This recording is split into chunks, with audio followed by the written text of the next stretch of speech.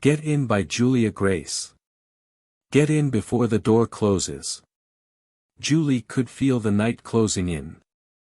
She pushed the curtains back gently, peeking through to look out at the darkening sky. A chill ran through her despite the warmth of the house. She wrapped her arms around herself, letting the curtains fall back. They blocked the view of the outside. That's what she wanted.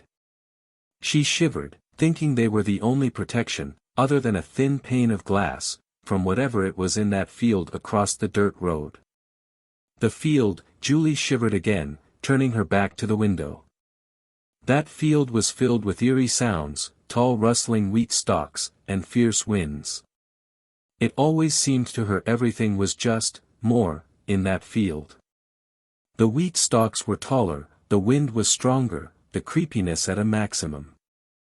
Get in before the door closes. The fear in Julie's heart grew with each day as the month came to a close. Every day, her frightened nerves were on edge. She was jumpy, alert, and cautious with everything she did. It would soon come for her, whatever was in that field. She knew it and was powerless to stop it. Thoughts of her demise constantly ran through her head. How would it happen? What would strip her life from her? What kind of monster would she see? She had her first nightmare, the event that had led to the rest of this horrible existence, 5 weeks ago. It screamed through her mind, causing her to bounce to a sitting position, crying out and waking herself up. She had turned her head to her bedroom window, facing the field, and saw something. There was something in that field.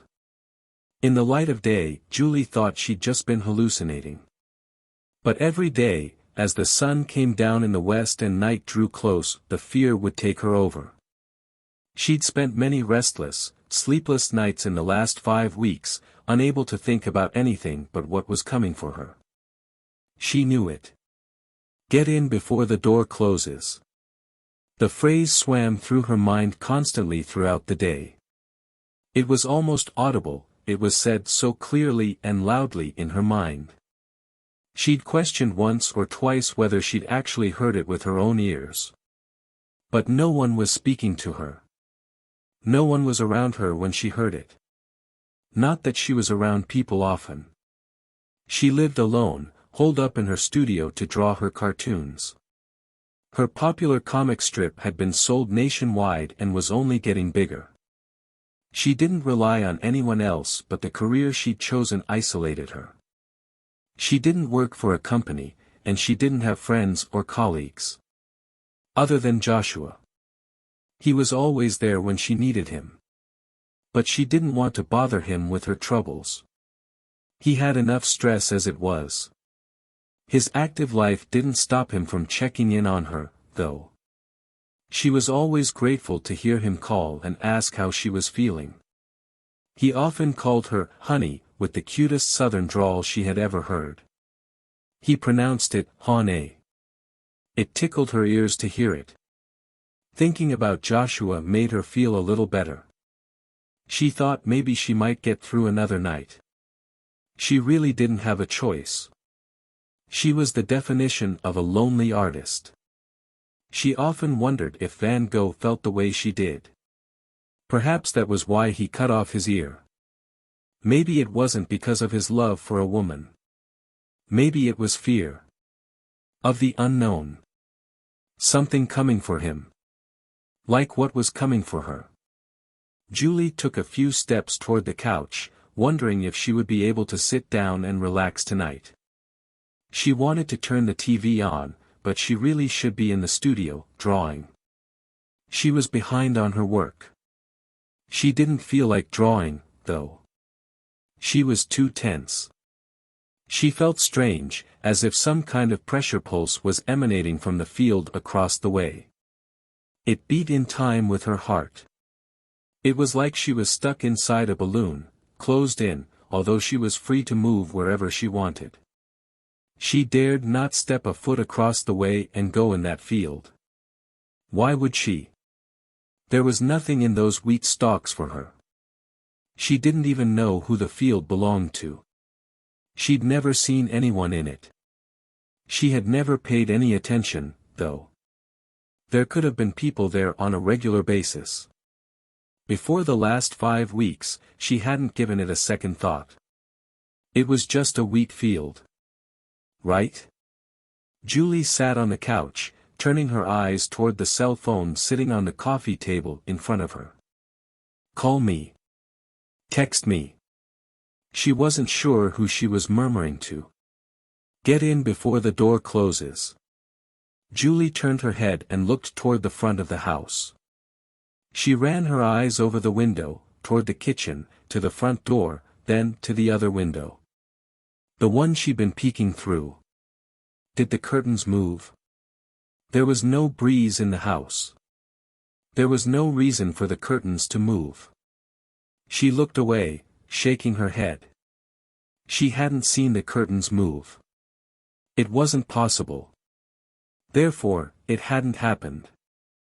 She pulled in a deep breath and held it for a moment before letting it out loudly. Sitting perfectly still and closing her eyes, she listened to her heart pound.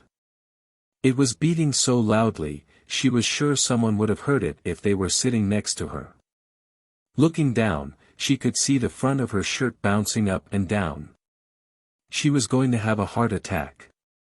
She was going to die of fear. Frustrated with herself, she stood up abruptly and turned to the front of the house. She stomped over to the window she'd been standing at before and slapped the curtains to the side, peering out at the field.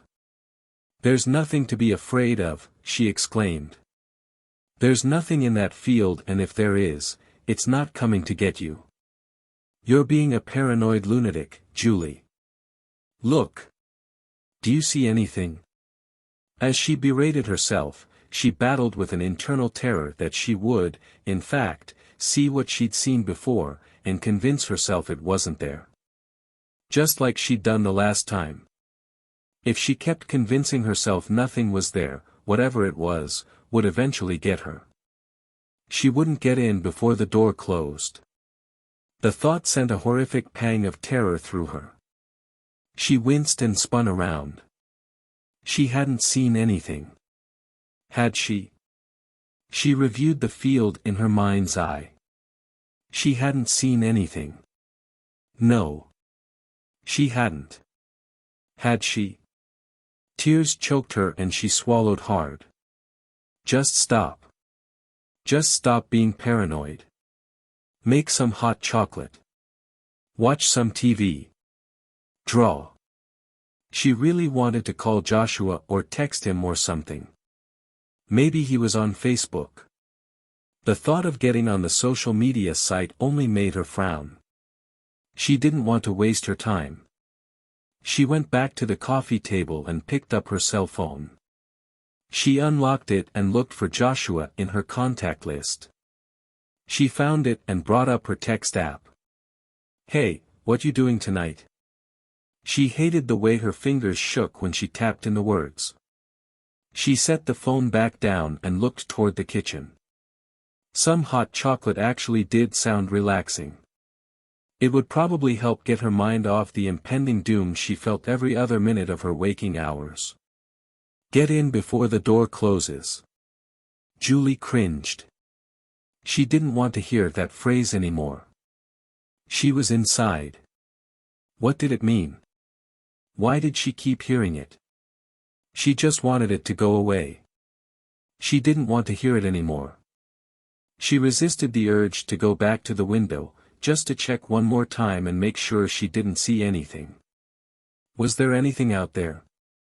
Was it coming toward the house? What was it? I'll just take a quick look, she murmured. Just to make sure.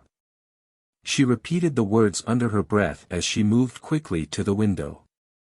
She pulled back the curtain and looked out, scanning the darkening field, her eyes darting from one side to the other.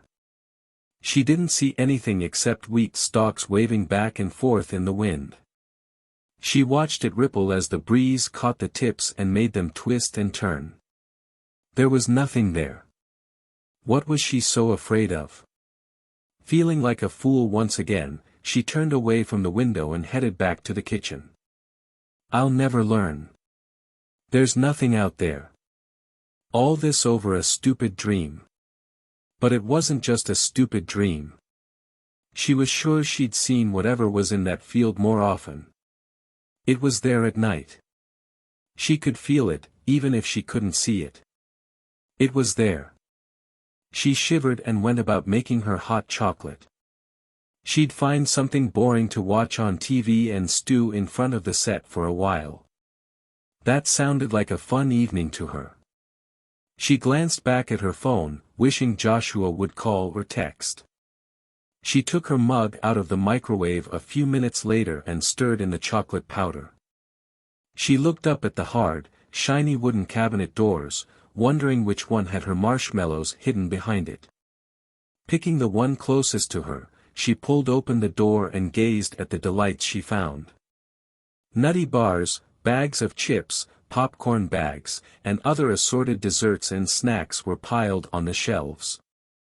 The marshmallows were on the top. She reached up and prayed they weren't stale. She couldn't remember the last time she'd eaten from them. She managed a small smile of relief when she discovered the bag wasn't even open yet, and the marshmallows were fresh and fluffy. Wrapping her fingers around the hot chocolate mug, she sat at her kitchen table looking at the swirling brown liquid. Steam rose up, making twisting noodles of misty white in the air. She stayed that way for a moment, frozen in thought, trying to clear her mind of the fear that still pulsated in her brain. The heart was always the last thing to give out. It was conceivable that if she lost her marbles right then and there, her heart would just keep on beating and she would be labeled crazy for the rest of her life. Unless it exploded. That might be how she died. Her heart would explode. Either with fear or when that monster in the field came to get her. It would get her before the door closed. It wasn't even funny. As if she prompted it to do so, she heard the voice again. Get in before the door closes. She fought back her tears. When the notification sound on her phone went off, she almost jumped out of her chair. She put one hand on her chest to calm her heart as she shot up and ran to the coffee table. Julie snatched up her phone and tapped on the notification. Joshua had texted her back. Not doing anything. You bored? I can come over. Instant relief flooded through her.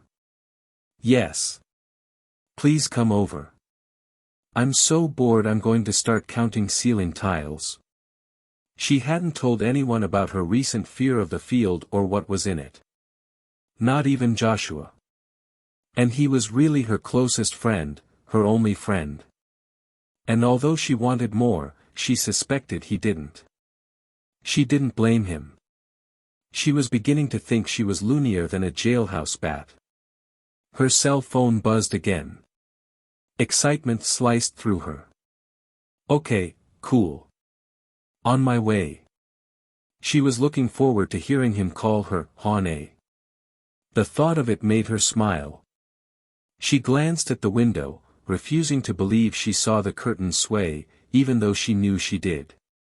She shook her head, blinking her eyes. It wasn't possible. There was probably a small crack in the window that had let in enough air for that little trick. Nothing in the field could be doing it anyway. She was sure that whatever it was, it had a solid form.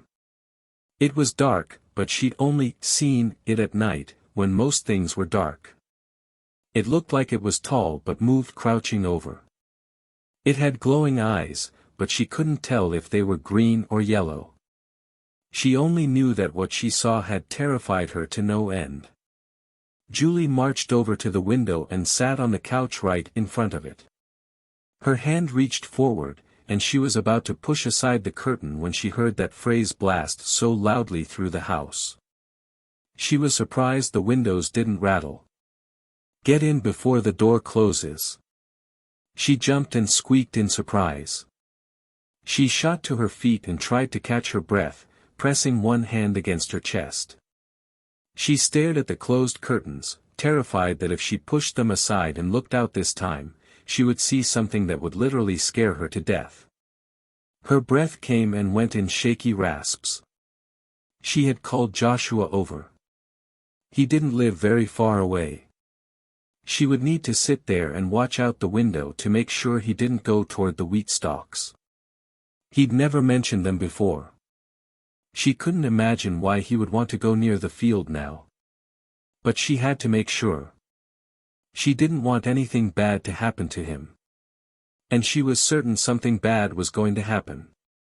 Whatever that monster in the field was, it was coming for her. She could feel it to the depths of her bones. For 5 weeks, thoughts of torture and death haunted her mind. It was because of that field. That monster in the field. She pushed aside the curtain again, her heart hammering in her chest. She moved her eyes slowly over the wheat stalks this time. She peered through the black, the gray, the rippling brown. So many shades of dark colors that only deepened as the sun dropped behind the mountains. She narrowed her eyes, noticing a shape not just rippling wheat stalks bundled together. It was a solid shape. Whatever it was, it had its back to her. She was caught in a grip of fear. Her throat closed and she couldn't breathe. She lifted one hand and placed it against her neck, willing herself to take a breath and fill her lungs. She couldn't take her eyes off the shape. She moved off the couch so that she was leaning over it, her hands gripping the back so tightly her knuckles went white, and cramps filled her fingers. She continued to stare at the shape. It wasn't moving. She felt like it was watching her even if its eyes weren't directed at her. She felt like it knew she had seen it. It knew. Her mouth hung open as she struggled to take even, shallow breaths. Car lights in the distance swept the land in front of her. Her breathing quickened. Her eyes darted back to the solid shape in the wheat field. It had turned around. It was watching the car pull up in front of her house. Joshua didn't think anything of it. He hopped out of his car and fumbled with his keys as he jogged toward the house. Julie closed the distance between herself and the front door as quickly as she could.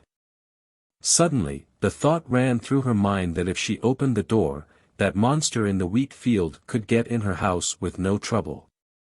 She had no doubt it could move at the speed of sound.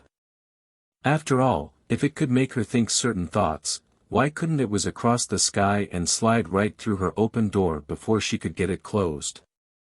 Before she could get it closed. Get in before the door closes. Julie was beginning to think she shouldn't open the door at all.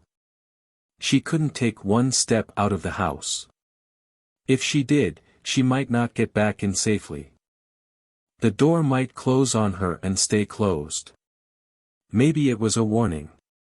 She needed to tell Joshua to come around to the side door. She raced back to the window and flung the curtains to the side. She screamed in horror, watching as Joshua walked toward the wheat field. He was swinging his keys around with his finger. "What are you doing?" Julie shrieked. She lifted both fists and pounded on the glass, which acted like clear plastic. She looked up at it, shocked. It had been normal glass not 10 minutes ago. Now it was so solid, it had become soundproof. She began to pound feverishly on the window and scream at Joshua. "Don't go. Don't go in there. You can't go in there." Tears clogging her throat, Julie abruptly gave up on the window, turned and ran back to the front door. Without hesitation, she yanked the door open and ran out onto the front porch. "Joshua," she yelled out, throwing her arms up in the air in desperation. "Don't go in there. Josh. Come back." It was as if he hadn't heard a word she said. He continued to walk toward the field.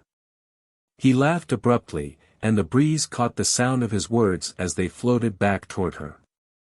"What are you doing, Julie? Stop messing around and come out of there." Julie's heart almost stopped. Whatever was in that field was calling out to Josh, making him think she was in there. He would go in and find her. What would happen to him? Julie didn't wait another second.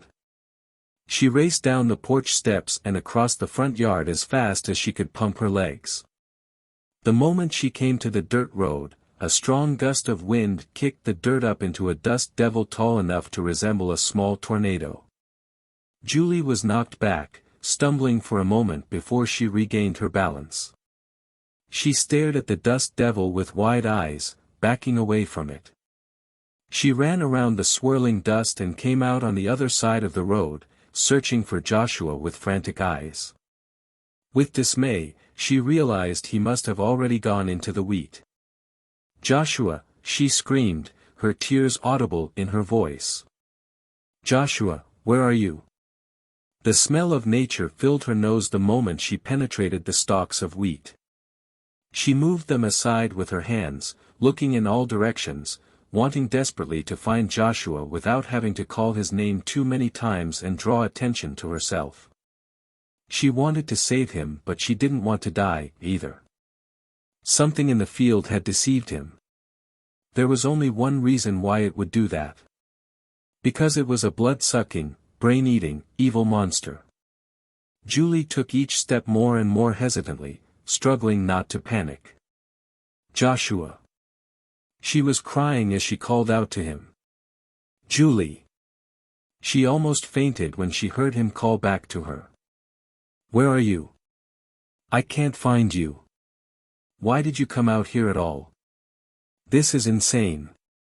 Joshua's voice reflected his amusement. "You shouldn't be out here in the wheat, Joshua. Come toward the sound of my voice and let's get out of here. Do you know which direction to go to get back?" Julie hadn't thought about that. But she felt like she knew, she could feel which way was home.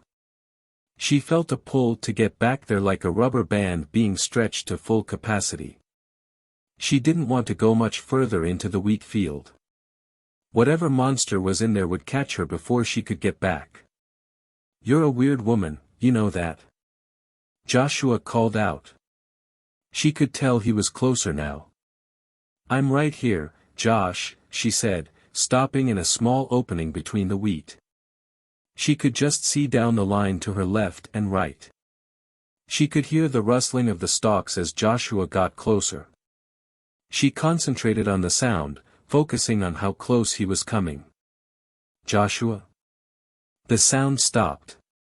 To Julie, it felt like every sound had stopped. The wind, the insects, the small critters that roamed about, the birds. It was silent. For just a moment. The next sound she heard was Joshua's voice. He sounded confused. Then afraid. What's that? Julie. What? His voice was abruptly cut off. Julie screamed and dashed toward him, throwing the wheat stalks away from her as she ran. She saw Joshua lying flat on the ground, face down. His arms were above his head as he was being dragged backwards. He was struggling mightily, grabbing on to the stalks around him. None of them were strong enough to keep him from the momentum with which he was moving. An angry growl erupted from him. Julie ran along with him, trying to catch up. She screamed his name, and he glanced up at her. Her eyes widened at the look she saw on his face. He wasn't scared. He was enraged. He seemed to transform into someone Julie didn't recognize. His face hardened, and his eyes deepened from a light blue to steel blue, something Julie had never seen before. He even seemed to grow bigger, right in front of her eyes. "Get back," he yelled at her. "Get back, you have to go back. I won't leave you out here. I'll be right behind you. Just get back before the door closes and you can't get in." The shock of hearing the words from his mouth made Julie freeze in place. She watched him turn so that he was sliding on his backside. He pulled himself up into a sitting position. She was in awe of his strength. She took a few more steps toward him, but he was leaning so far forward and disappearing so quickly. She stopped and stayed where she was, feeling helpless. She wanted to help him. She didn't want to just leave him. But he sure didn't seem to really need her help. What could she have done for him anyway? She was seconds from turning back to run to the house when she heard something crashing through the wheat toward her. Terrified, Julie spun around and ran back the way she had come, sure that the house was calling out to her. She could feel it pulling her in the right direction. For a moment it was as if her feet didn't touch the ground. She didn't stumble and fall. She blasted through the wheat stalks as fast as she could. Get in before the door closes. Julie heard the sounds, like an electronic voice floating through the air toward her, of the words she expected to hear. Go. Julie's heart almost jumped out of her chest when she heard Joshua's voice call out the word from just behind her. She looked over her shoulder but couldn't stop running. She was too afraid to stop running. What if the monster had taken him over? What if it was Josh she needed to run from now? He lifted one arm and waved it frantically toward her. Go. Get to the house. Get in before the door closes. Tears streaked down Julie's face as she ran. It seemed like an eternity before she burst through the last row and was once again out on the street. She didn't wait for Josh to come out. She sprinted across the street. Get in. When her feet touched the grass of her front lawn, she looked over her shoulder. Joshua had not emerged. Where was he? She was sure he was right behind her, and he was taller, with longer legs. Surely he would have overtaken her by now. Joshua, she called out, turning around but still backing toward the house. Get in before. The force of the words coming at her almost knocked her off her feet.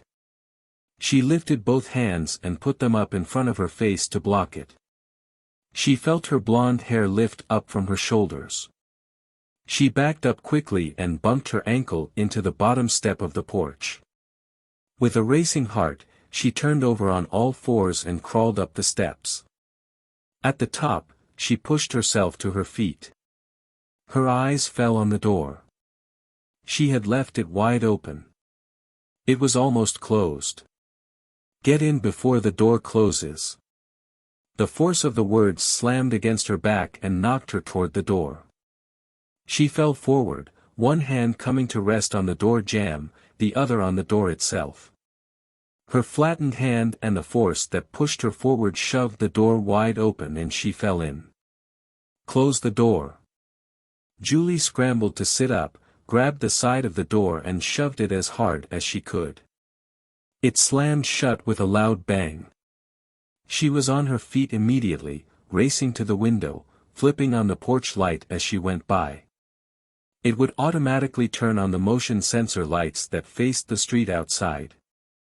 Her breath caught in her throat when she knelt on the couch facing the window and pushed the curtain aside. Joshua had emerged from the wheat. So had the dark shape. She tried to decipher what the shape could be, but it kept changing forms, its parts swirling back and forth in black smoke. It didn't look like a human or an animal. It looked like a dark solid cloud of something. She flattened her hands against the glass and pressed her face as close as she could to see what was going on. Joshua was standing in front of the black mass, facing it head-on. Julie squeaked in fear and surprise when two wings of light rose from Joshua's back. They lifted up high above his head and spread out several feet in both directions. With one swift movement, both wings came forward and surrounded the black swirling mass. The solid part of the black cloud reacted with pain. Julie pulled back, covering both her ears with her hands and cringing. The blackness was screaming in agony. Julie felt pain slide through her. When the screaming faded, she looked up and out the window again. She watched the black cloud begin to dissipate.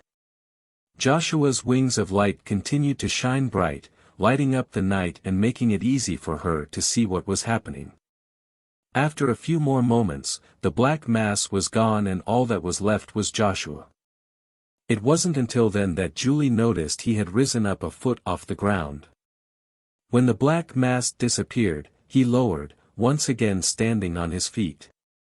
He stood still, his back turned to her. After just a few moments, the wings burst into sparkles of falling light. Julie stared at Joshua's back, stunned into silence. After what seemed like a long time, she noticed Joshua's stance change. His shoulders relaxed and his head moved back and forth as he scanned the wheat field. Julie watched when he shrugged, turned back toward the house, and approached the front porch, swinging his keys on his finger. He saw her looking through the window and raised one hand, a huge smile on his face. "Hey, Julie. Sorry if I took too long. I think I kinda zoned out in front of that wheat field for a minute. Almost thought I should go in there for some reason. You wanna have a picnic in the wheat field?" As he spoke, Julie rushed to the front door and flung it open. She grinned wide, seeing his handsome face in the soft light of her front porch. He looked completely normal again, and his blue eyes sparkled with humor. "We're not going in that wheat field, Joshua," she said, firmly. She reached out and grabbed his arm, pulling him inside. He laughed, stepping past her quickly. "In fact, I think I'm going to move away from here. You want to help me find a new place?" He turned to look at her, raising his eyebrows in surprise. "You want to leave your house?" "I do." Julie closed the door behind her. "Well," Joshua turned and scanned the room, nonchalantly. "You know, I've got an extra room. You could always come and stay with me." Julie laughed. "Oh yeah? We gonna be roomies?" Joshua smiled at her. "If that's what you want to be. There's always other options, you know." Julie bit her bottom lip, her smile spreading from ear to ear. "Oh, is there?" His smile was bright and warm. "Of course, honey." Contentment enveloped Julie when he called her honey, in that drawl of his. She pictured the wings of light rising up from him and sighed. Julie moved away from the door and into his arms. Next story. Whispered Names by Sarah Clancy. We've been over this a dozen times. Stephen held his mobile about an inch before his mouth and snapped, "Hot Pockets don't constitute a meal." Jane was still chuckling by the time he pressed the phone back to his ear. "It totally does. So, next week it's your turn to pay. We order in actual pizzas when I pay. I don't see the difference." "Really? Great. I'll bring over some Hot Pockets next movie night." "Stop being such a cheapskate." "Me?" Having the same argument every second week for 2 years had allowed Stephen to continue it while his mind wandered. Their houses were separated by only 5 blocks of mundane suburbia, but Jane was always convinced that the walk was somehow filled with danger. Without fail, she would call his mobile the second he left her front porch and keep the chat going until he was back inside his own home. Since they had talked about everything before he had left, the conversations were always a little more predictable during these walks. Her voice became a steady ambient noise as he turned a corner and started down the miles-long stretch of road that was his street. It was the standard cookie-cutter kind of place. Every house had the exact same 2-story design, white with red trims, and a picket fence blocking the yard from the sidewalk. He let his fingertips tap against the planks of the seemingly endless fence and strolled, in no hurry to get home. Winter was finally over and, while the night air still had a bite to it, the chill was rather pleasant. The evenly spaced streetlights kept the sleeping street from being completely swallowed by the night. Most people were in bed by this hour and everything was quiet, making his footsteps the loudest sound around him. Everything was the same as it had been for decades. So one small thing being out of the ordinary caught his attention instantly. Without much thought to the motion, he lifted his head and stared at the house beside him. Its front door was wide open. All the lights were out. Everything was quiet. "Huh," he mumbled. "What, huh? What's going on?" Jane asked. He readjusted his grip on the phone as he studied the house closely, trying to find any sign of movement. "The Patterson house," he said. "Their front door's open. It's 3 in the morning." Stephen closed his eyes, glad that she wasn't there to see the expression on his face. "I know. That's why I find it odd. Hey, aren't they on vacation for their anniversary or something?" "Not the daughter. I'm sure I saw her at the library today. A few years separated them, so they didn't share any classes or mutual friends. It was just that the girl's rainbow-dyed hair tended to draw attention."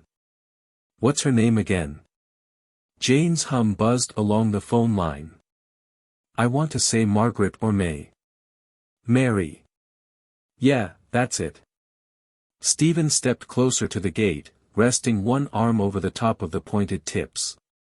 The open doorway seemed like a gaping wound in the cold silence. "She probably went to stay at a friend's house and left the door open by mistake," Jane said. "Just close it and go home." "What if they're being robbed? Do you want me to call the police on the landline?" Jane challenged.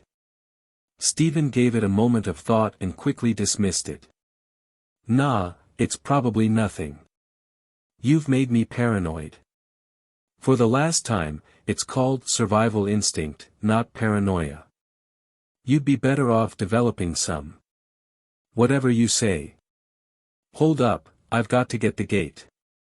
Tucking the phone between his shoulder and his ear, he fumbled with the small latch, opening the gate and slipping inside the yard. A cold wind crept along the earth, kicking up dead leaves and rattling the nearby hedges as he headed up the flower-lined path. The rustling leaves sounded so much like whispers that he found himself scanning the shrubs for hidden people. "What if they're still there?" Jane asked abruptly, snapping him out of his stunned state. He hadn't realized that he had stopped walking. "Who?" "The people breaking in," Jane said, the roll of her eyes evident even over the phone.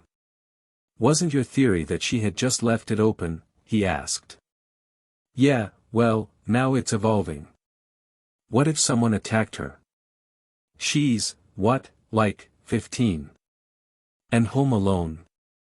And you're not paranoid," he scoffed. "I'm serious. There are a lot of creepy people out there.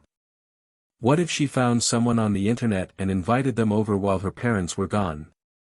Then, bam! 40-year-old creepy guy is standing in her kitchen with a bag of chips and asking for a hug.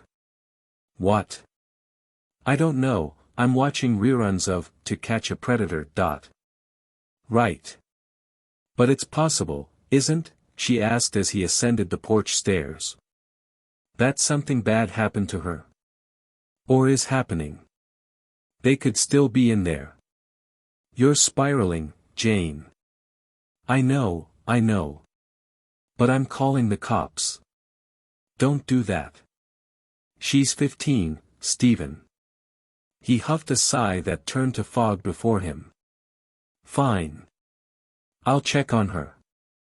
You know, give the house a quick glance and make sure nothing's missing. How will you know if anything's missing? Fine, he stressed the word between clenched teeth. I'll make sure the place isn't ransacked. Stay on the phone, she replied. Sure. And keep an eye out for gang symbols. Stephen stopped with one foot on the doormat. Gang symbols? Seriously? It could happen. I saw this one show enough. I'm looking. Don't put ideas in my head. Gripping the doorframe, he leaned across the threshold and called out. Mary? Are you home? The house echoed his words back to him. Well? Jane whispered over the phone. There doesn't seem to be anyone here. Give me a second, I need to find the light switch. Since all the buildings had the same layout, it didn't take long to find the switch. He flicked it back and forth a few times but couldn't get the lights to turn on. The power's out, he told Jane. Is the power still on at your place? Yeah. Okay, that's creepy. Did someone cut the wires? A small part of his gut dropped as he uselessly flicked the light switch a few more times, all to the same result. Craning his neck back, he looked at the ceiling. There was nothing wrong with the light. At least as far as he could tell just by looking at it. Still, nothing happened, and he was left with only the glow from the street lamps to see by. With all of the curtains open, it wasn't exactly a struggle. He could make out the larger items, but most of the smaller ones were nothing more than blobs and odd shapes. He studied the place from where he stood. From somewhere unseen came the ticking of a large clock. Rhythmic and slow. Mary, he yelled a little louder. It's Stephen from down the road. The door was open and I just wanted to make sure you're okay. Again, his words echoed back to him. But there was something else this time. A whisper that he almost missed under his own voice. Stephen. Did you hear that? He asked Jane. Hear what? I thought I heard someone call my name. Could it be Mary? I don't know, he mumbled. It sounded a little weird. There was a long pause where it seemed that life itself was waiting for him to make a decision. I'm just going to go check, he said at last. Are you sure that's a good idea? Jane asked. She could be hurt. What if she fell down the stairs or something? His foot hovered in place, struggling to cross the threshold. Just, stay on the line, okay? Of course. Jane's instant reply helped to ease the tension building up in his stomach. Images played in his head of who could be waiting for him in the dark. Murderers, rapists, and robbers with nothing left to lose. I'm starting to sound like Jane, he thought with a little smile as he pushed aside the bundle of increasingly unlikely what-ifs.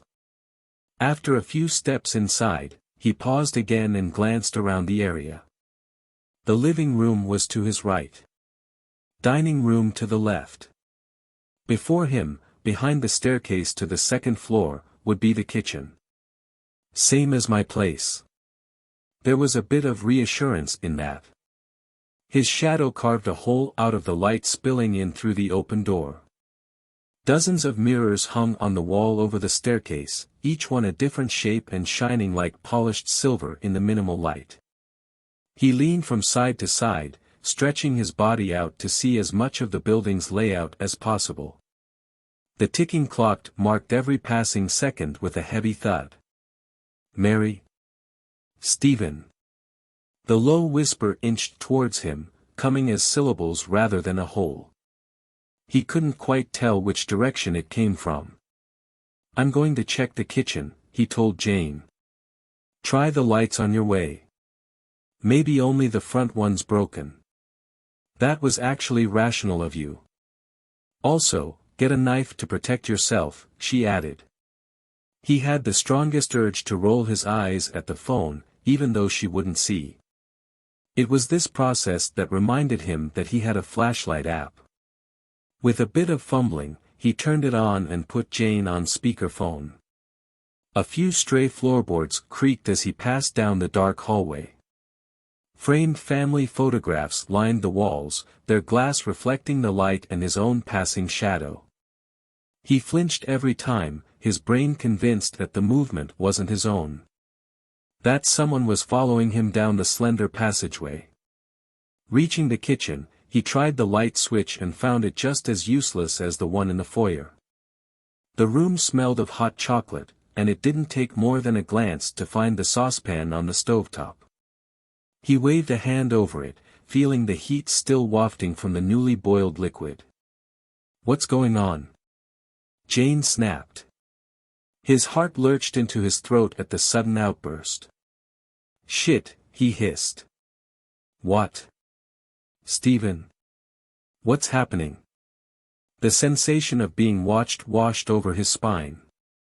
A flood of pins and needles that left him shivering. The air stirred and he felt the presence.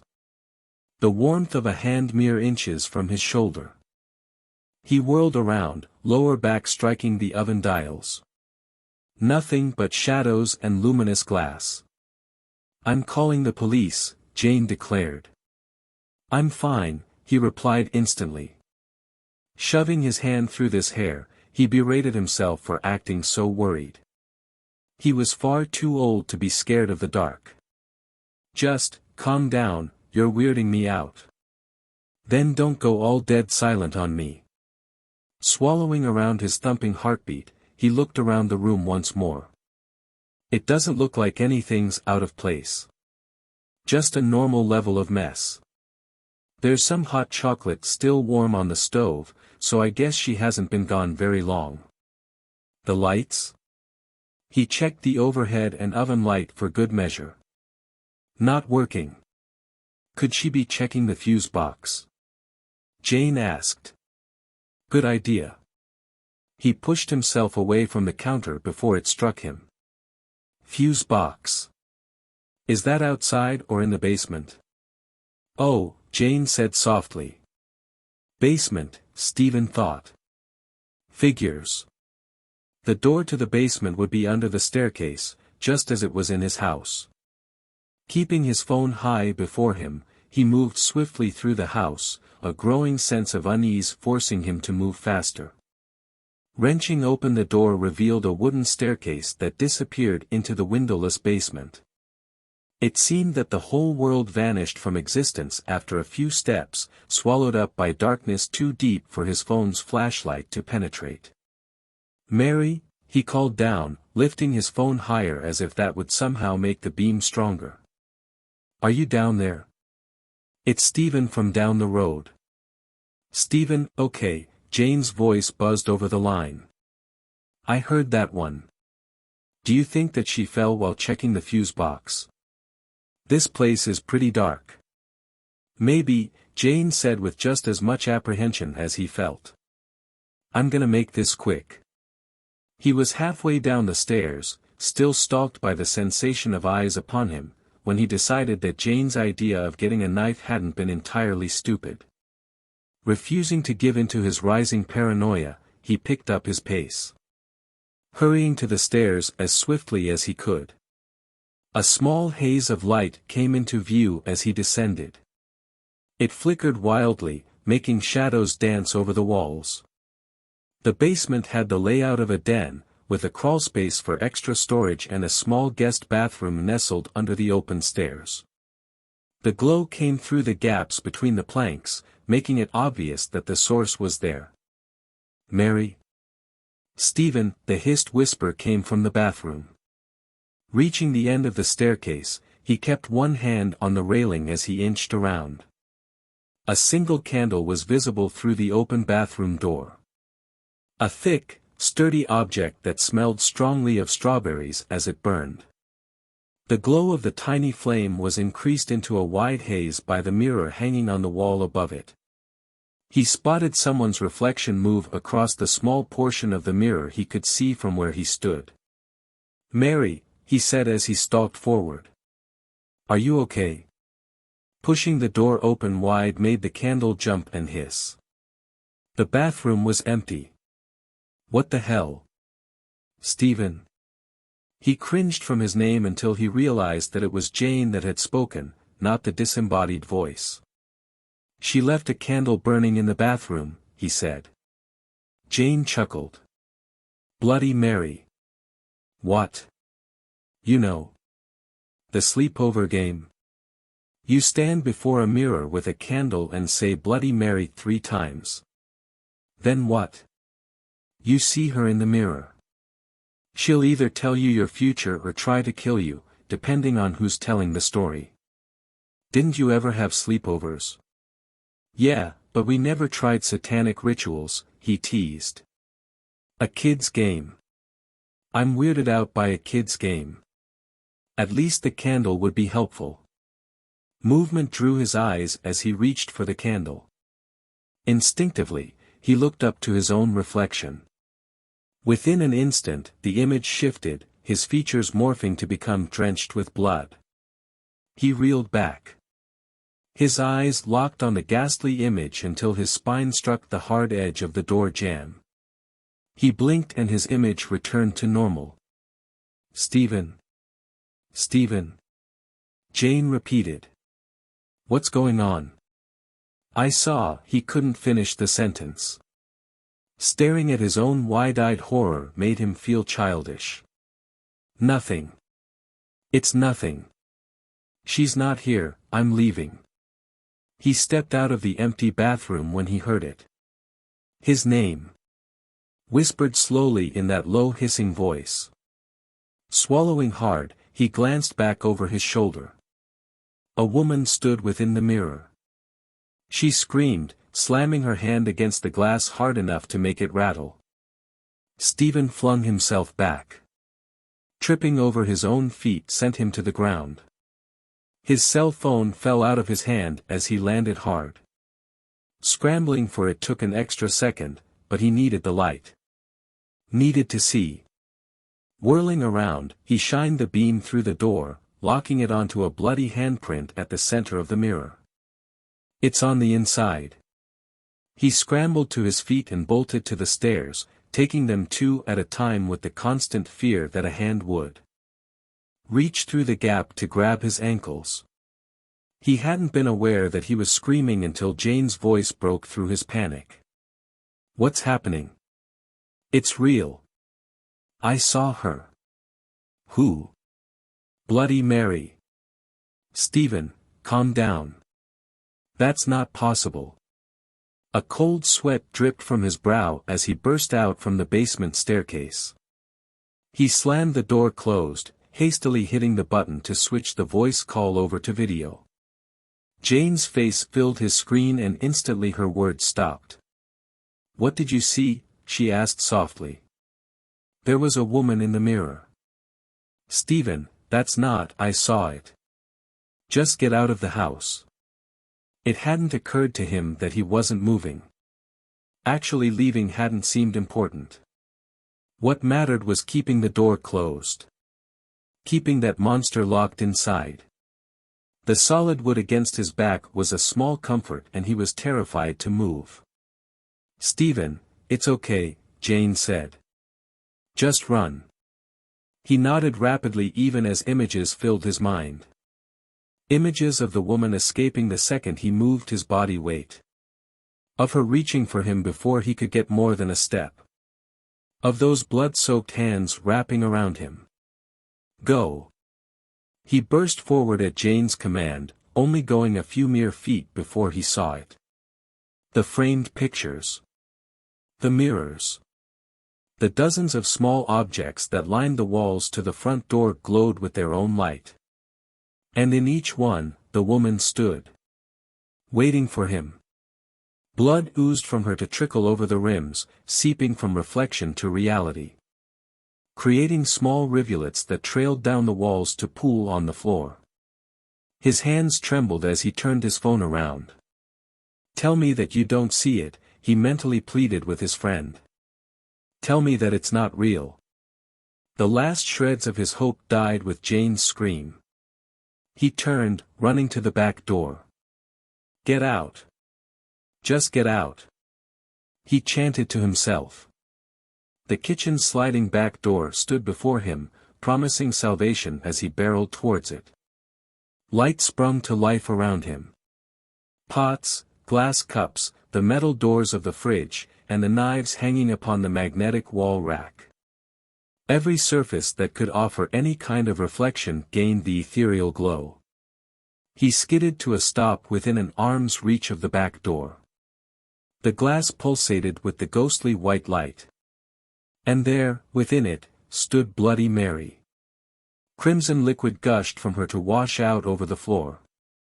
Her hand rose, reaching out of the glass to become flesh, fingers clawing for his neck. Stephen screamed.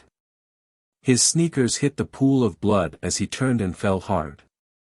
The air rushed from his lungs and his phone was flung from his grasp again, clattering against the floorboards before sliding under a nearby table. "Stephen!" Jane screamed. He scrambled to get up, hands and feet slipping in the warm liquid under him. With the sound of shattering glass, Bloody Mary wrenched her body free of the door. Limb by limb. Crumbling onto the floor to crawl towards him. "Bloody Mary!" Jane's voice broke through the speaker. The ghost staggered. "Bloody Mary!" Twitching and staggering, the ghost lifted its gaze from Stephen to glare at the mobile phone. "Jane!" he cried out. "Don't! Bloody Mary!" The ghost lunged for Stephen. He squeezed his eyes tight, raising his arms to protect himself. But nothing touched him. The steady thump of the hall clock resounded with his chest. Cool air crept through the open door, down the hallway, and into the silent kitchen, curling around him and making him tremble all the more. Snapping his arms down, he hurriedly took in the room. Everything was normal. He leaped up. With a low buzz, the overhead lights sputtered and came back to life. "She's gone," he whispered. Everything seemed clearer now that he was within the light, and he found himself chuckling with relief. "Jane, she's gone." His heart staggered to a stop as the phone speaker crackled, struggling to convey the low, hissing whisper of Bloody Mary. Stephen. Next story. Battles by Sharon M. White. Tin Pan Alley was no place for a young woman to be after dark. Time had skipped the little back track of forgotten land, leaving it without street lamps, pavement, or fire hydrants. There were lifelong residents of Clay County in Georgia who did not know about Tin Pan Alley. But Kat knew. Mama had told her. The shack huddled up close to the woods with ivy vines covering it up, that's Wanda's house. "You stay away from there, you hear?" "Yes, Mama." Kat stood in Mama's doorway. Their mocha eyes met for a brief moment. Her mother looked out the window again. "She's the only queen left round here. Wanda has gree so powerful it can bring back dead men. She's a dangerous woman, Kat. I'm telling you this because when I'm gone, I don't want your Aunt Tara filling your head with her voodoo gobbledygook. She's been learning the old ways since she was a little girl, told me she'd be a queen someday." A coughing fit shook her frame until she lay exhausted and covered with sweat, a shadow of her former imposing self. The cancer had stripped her frame of everything, except flesh and pain. "You promise, oh, Mama, please shush and rest now. You're too weak to be getting all worked up." Kat moved to help her lie down again, but her mother sat up with force that belied her sickened state. "You don't sass me, young lady. I'm not withered enough to be listening to that. I just want your word that you'll stay away from Tin Pan Alley, no matter what nonsense Tara tells you." "I promise, Mama. I'll stay away." Kat was glad when her mother fell asleep. Thoughts of cancer and death tumbled in Kat's mind, creating an undertow that sucked all other thoughts down into a spiraling oblivion, drowning out even the happiest moments. The day passed in silence, broken by the occasional cough from her mama's room. The only other thing Kat could ponder was the queen. Though Kat had always known about voodoo queens, she had never met one and sometimes thought they were tales with no substance at all. Later that night, Kat's mama died quietly as she slept. Kat didn't cry or panic. Instead she sat on the bed and stroked her mother's calloused hand, saying goodbye in her own quiet way. Tara helped make the funeral arrangements. A short service and a shorter burial ceremony. There was no reception after the services. Kat refused to invite a great lot of milling people into her mama's house after the burial. No one visited when her mother was in bed wasting away, no one was there when death gently carried her to the other side, and Kat didn't want anyone in the house spouting teary lies about how much they had loved her. Aunt Tara stayed with Kat the rest of the day and, from the porch, the two women watched the sun drop into the west. Shadows awoke and crept nearer like eavesdroppers trying to hear what the two women discussed.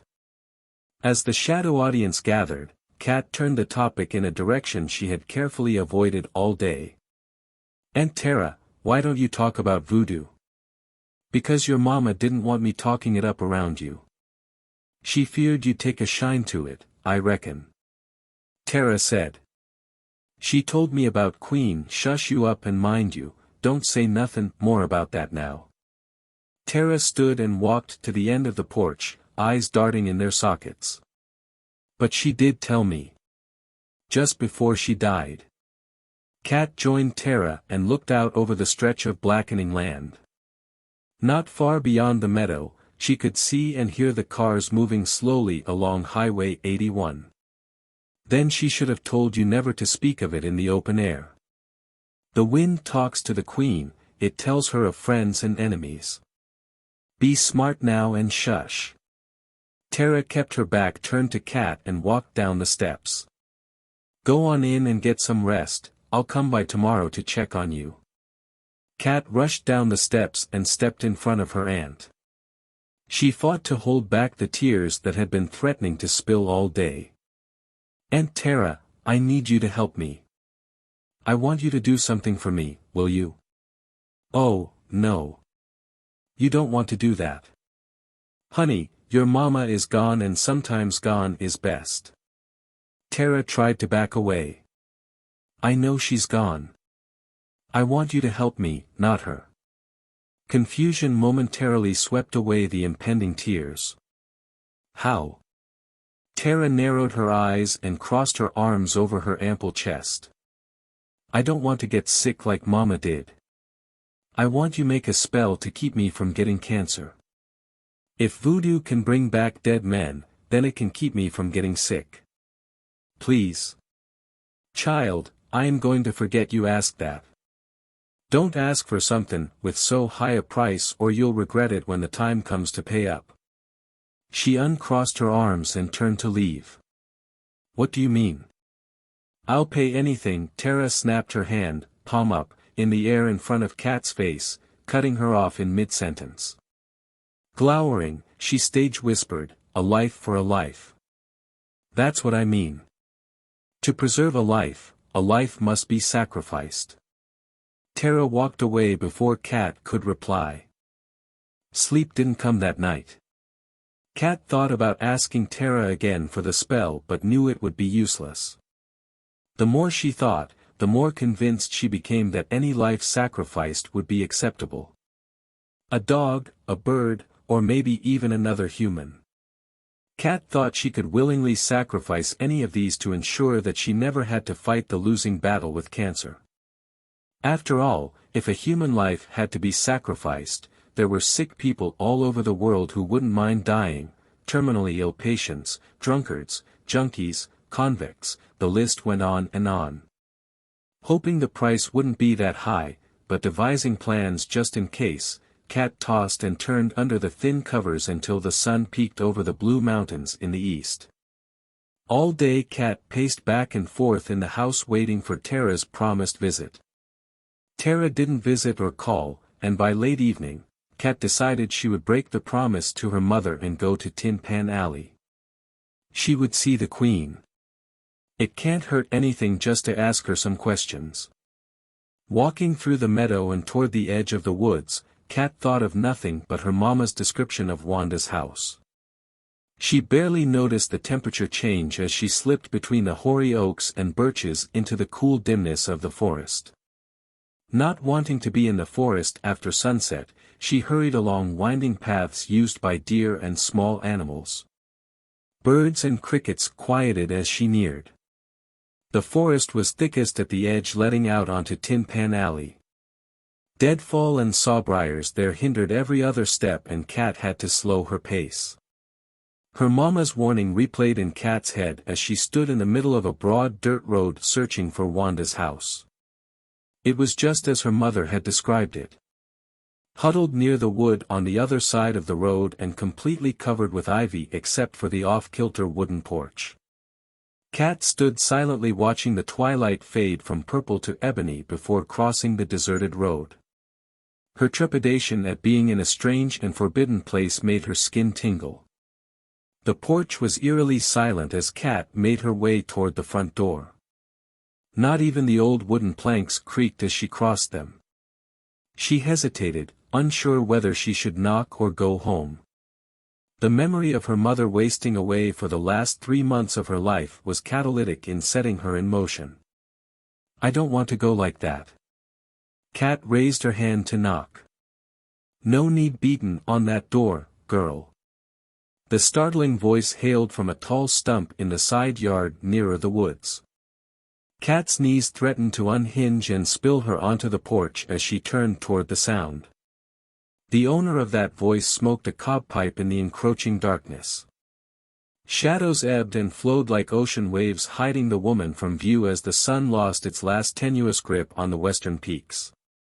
In the full dark of the side yard, Kat saw the embers of the pipe brighten to reveal a smooth dark face in the amber glow. The woman motioned with the pipe for Kat to come closer. The newly orphaned girl walked stiffly toward the stump but stopped a few yards away, not daring to go closer. "What do you want with Wanda?" The pipe glowed brighter again and Kat saw the ghost of the embers reflected in the black eyes of the queen. A shiver ran up her spine despite the heat of summer. "Well, I don't know much about this sort of thing. I want something, and I think you can help me. I've heard you want a spell." Wanda laughed a short but elegant chuckle. "Yes, ma'am." Kat looked down at her bare feet and toed the loose dirt underneath, embarrassed that she'd not put on her shoes before leaving home. "Mama would have scolded me for forgetting my manners. You have to give me and the gods something in return, that's how it works. The price, now that depends on what you ask for."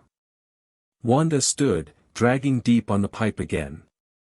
"You ever ask the gods for anything?" "No, ma'am." Perspiration crept from Kat's hairline and oozed down to the bridge of her nose where it slipped off to her left cheek. As she raised her hand to swipe the tickling droplet, Wanda's hand snaked through the darkness and latched onto Kat's wrist. Shoving her face close to Kat's, Wanda whispered, "You don't want to fight the same battle as your mama, and I want." Wanda let go of Kat's arm and brought something from her pocket, "This." Kat strained her eyes in the dark and leaned close to the upraised hand. A puff of burning dust rose from the hand to Kat's face. Reality skewed. Slipping away, it allowed the veil between this world and the other to stretch thin and things from nightmare lands entered. The intoxicating powder suspended Kat's disbelief and she slid further into the dark landscape, losing herself to the will of the queen. Feeling duped but unable to care, Kat succumbed to the power of the intoxicating powder. Soon everything seemed like a dream. The queen, with a silver glinting knife, offered Kat salvation from the cancer. Kat, while spilling her own blood by drawing the blade across her belly, watched demons dance in the wispy smoke from Wanda's pipe. Then, reading a spell meant to transform a person or animal into a flesh-eater, Wanda laughed. Kat heard echoes of many voices backed by invisible drums. The book Wanda had read the spell from was gone as quickly as it had come, and Kat lay on the ground. Wanda loomed over Kat's prone body and dashed salt onto the wound. "Salt ye crave, till we are saved, salt and blood be one and same." Wanda faded into the night. In her confusion, Kat stumbled to her feet. "Have I gone mad? Why am I naked? Did I really see Wanda, or have I been sleepwalking?" The troubling thoughts faded more with every step away from Tin Pan Alley. All the way home, Kat fought the urge to taste the blood leaking from the cut across her midsection. No, not my own, that would be wrong. Still, she fought the urge as she climbed into bed. The bright morning sun woke Kat and refreshed her urge to taste salt and blood. They taste the same, I bet. She tossed the sheet aside, revealing the blood-crusted gash across her stomach. Try as she might, she couldn't remember why or how the wound had been inflicted. She showered and tried to force the memory back to the surface of her mind, but it was no use. The need for salt was overwhelming as she dried off. Not bothering to dress, she walked to the kitchen, hoping to find something salty to assuage the horrid craving. After wolfing down a large piece of country ham, Kat trekked to the den feeling like a well-fed boa constrictor. She lazed on the sofa until sleep claimed her again. Girl! Get up, you naked and sprawled out like a week's worth of dirty laundry. Aunt Tara shook Kat's shoulder violently and screamed again, Kat! I said get up. The shrill voice grated at the backs of Kat's aching eyeballs, threatening to turn them to mush. Sitting up, she slapped Tara's hand away and saw that it was once again dark outside. Looking offended, Tara backed up and crossed her arms in her trademark pose. Kat ignored her aunt's glare and walked toward the kitchen. The craving for salt was like a nerve itch that couldn't be scratched. What happened to your stomach? Tara rushed forward. Kat sidestepped and walked to the dark hallway. Tara was still rattling on about the cut, but Kat could no longer hear the shrill words. The voice inside her own head was louder, the one screaming for salt. The throbbing voice in her head morphed into that of the Queen's. She wasn't calling out for salt alone, she called out for blood, the brine of life. Kat's jaws clenched as she thought about tasting human blood. Shaking her head vigorously, trying to clear away the thought only caused it to form more fully. Salivating, she turned to look at Tara. Tara looked from her niece's eyes to the gash on her stomach. She stepped back as Kat advanced. Kat, how did you get that cut? Tara stepped back again, pointing to her niece's wounded stomach. Kat could smell the Queen's pipe, hear the echo voices, and see the wispy smoke demons. The phantom drumbeats throbbed behind her eardrums, keeping time with her quickening pulse. Tara's mouth moved, but Kat heard no sounds. A thick rope of drool trailed from Kat's slack bottom lip. The hunger was a great and terrible tyrant that demanded compliance and rampaged for control of her body. Tara's expression changed from concern and irritation to the fear and anxiety of one who just spotted a deadly snake coiled at her feet. Without taking her eyes off Kat's, Tara reached inside her shirt and produced a small black bag tied with a red string. She loosened the string and opened the bag in exaggerated slow motion. Kat watched the stranger carefully maneuver so that the large sofa was between them. Tara held the open pouch above her palm and poured a yellow powder into her hand. She released the empty pouch. Kat followed its winnowing descent to the floor. The leaden and sluggish movement of her limbs was infuriating. The other woman beckoned. Kat felt she knew the woman. Maybe that was in another life, Kat thought as her eyes alternated between the powder and the woman's eyes. The ghost of a recent memory tried to surface, but the demons held her attention. They whispered about the taste of the other woman's blood and warned of the powder that might be dangerous. Kat could stand it no longer, she had to have the woman's blood in her mouth, which was the only way to exorcise the voice. The lead melted out of her body and ropey muscles bunched up under her skin. Crossing over the back of the sofa, Kat came eye to eye with the silent woman. Her smell stung Kat's sinuses and caused tears to well in her eyes. She wiped at the tears as the woman pinched a tiny bit of the ochre-colored powder and dropped it onto her own tongue and then backed away a few steps. Then the horrid woman offered her the rest of the powder. The filmy demons warned Kat again not to get near the deadly powder and she obeyed. Releasing a beast-like scream, she writhed as the enemy's hand connected with the open oozing gash on her low stomach and the foul dark yellow powder burned into the wound. Slapping and clawing at the stinging powder only opened the wound more and the pain traveled in shockwaves through Kat's entire torso. She was still screaming when the woman rammed a brass candle holder into her midsection. The force sent her scuttling into the wall. Kat vaulted toward the woman, the candle holder arcing down as they fell, opening a bloody crescent below Kat's shoulder bone before clanging to the floor.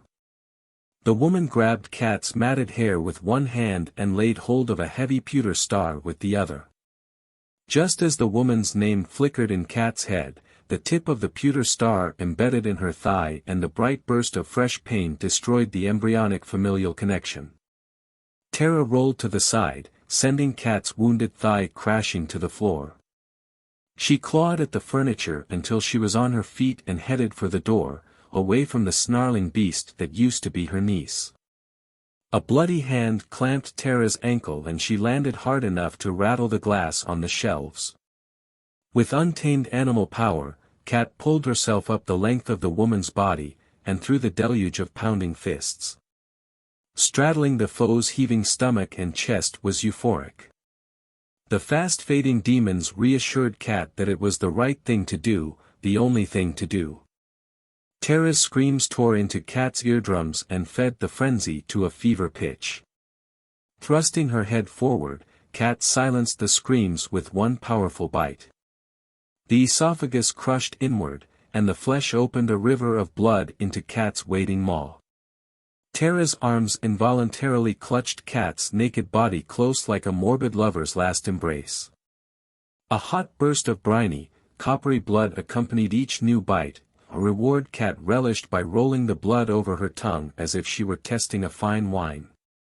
When the bloody embrace had slaked the worst of her thirst, she slid free of her aunt's cooling touch and knelt by the body. Blood pooled on either side of Tara's head. Kat put both hands in the closest puddle.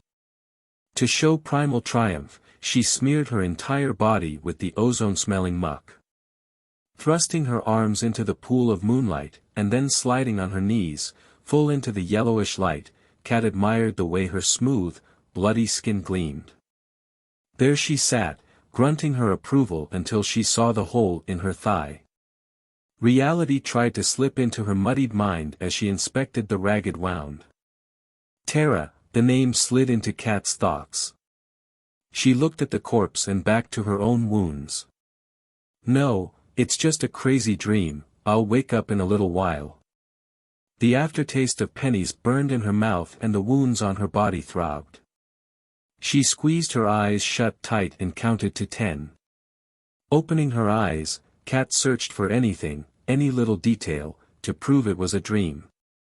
The ochre stain on her stomach, the hole in her thigh made by a pewter star, and the sticky mess that coated her body didn't do much to prove the dream theory. The gossamer sheer over the window ruffled in the slight breeze. A moth floated through the open window.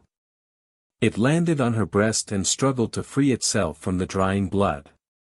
A stitched scream tore from her throat as she stared down at her aunt and her own naked body, both drenched in blood.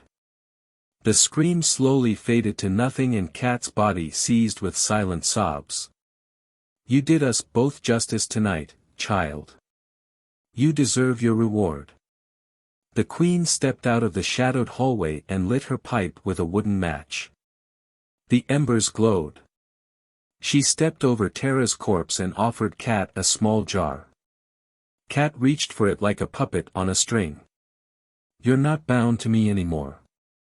Wanda smiled down at the girl, scanned the scene, and dropped a wink over the smoldering pipe at Kat. Kat held out the jar. What? She couldn't speak. Her throat felt like she'd eaten a handful of glass shards and chased them with battery acid. Wanda turned and, using her pipe, mimicked cutting her stomach. She pointed to the jar. You gave blood to bind your oath. Wanda nodded toward Tara's body, and you kept your part of the bargain by stoppin' my only rival. Can't have two queens in the voodoo business in a town this small. She smiled. And now I'm releasin' you. The fallen mage's blood will protect you from the cancer you fear. Wanda walked back toward the dark hallway, fading and blending more and more with the smoke and shadows as she went. The shadows finally swallowed Wanda and her glowing pipe. Alone, sitting in the blood, Cat cried silently and listened to the queen's laughter fade into the distance.